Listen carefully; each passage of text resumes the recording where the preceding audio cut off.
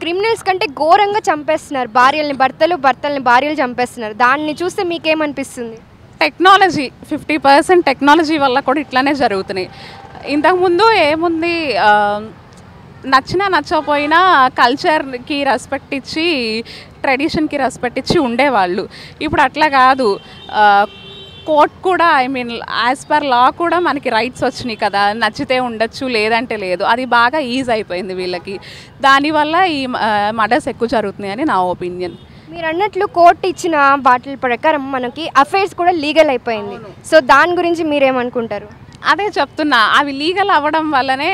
అంటే ఇప్పుడు ఒకప్పుడు ఏంటి అంటే అఫైర్ పెట్టుకుంటే ఇది తప్పు, 4 గోడల మధ్య ఉండేది, 4 మనుషులు తెలిస్తే ఇది తప్పు as per tradition rituals, as per our Hindu rituals. ఇప్పుడు మన సుప్రీం కోర్టే లీగల్గా అనౌన్స్ చేసేసరికి ఓకే, మనకి ఫ్రీడమ్ ఉంది, మనకి రైట్ ఉంది, నచ్చిన పర్సన్తో ఉండే రైట్ ఉంది, కాబట్టి మనకి చేసుకున్నోడు నచ్చుకోకపోతే ఉంచుకున్నోడు అన్నట్టు ఉంటున్నారు. It's okay. కానీ ఇప్పుడు జనరేషన్ వాళ్ళు లవ్ మ్యారేజ్ వద్దు బాబు, అరేంజ్ మ్యారేజ్ వద్దు బాబు, నో మ్యారేజ్, ఇట్లనే సింగిల్గా ఉందామని అంటున్నారు. ఎందుకంటే లవ్ మ్యారేజ్ చేసుకుంటే పేరెంట్స్ చంపేస్తారేమో అని చెప్పి, అరేంజ్ మ్యారేజ్ చేసుకుంటే ఇట్లా పార్ట్నర్స్ చంపేస్తారు అని చెప్పి. మీరేమంటారు?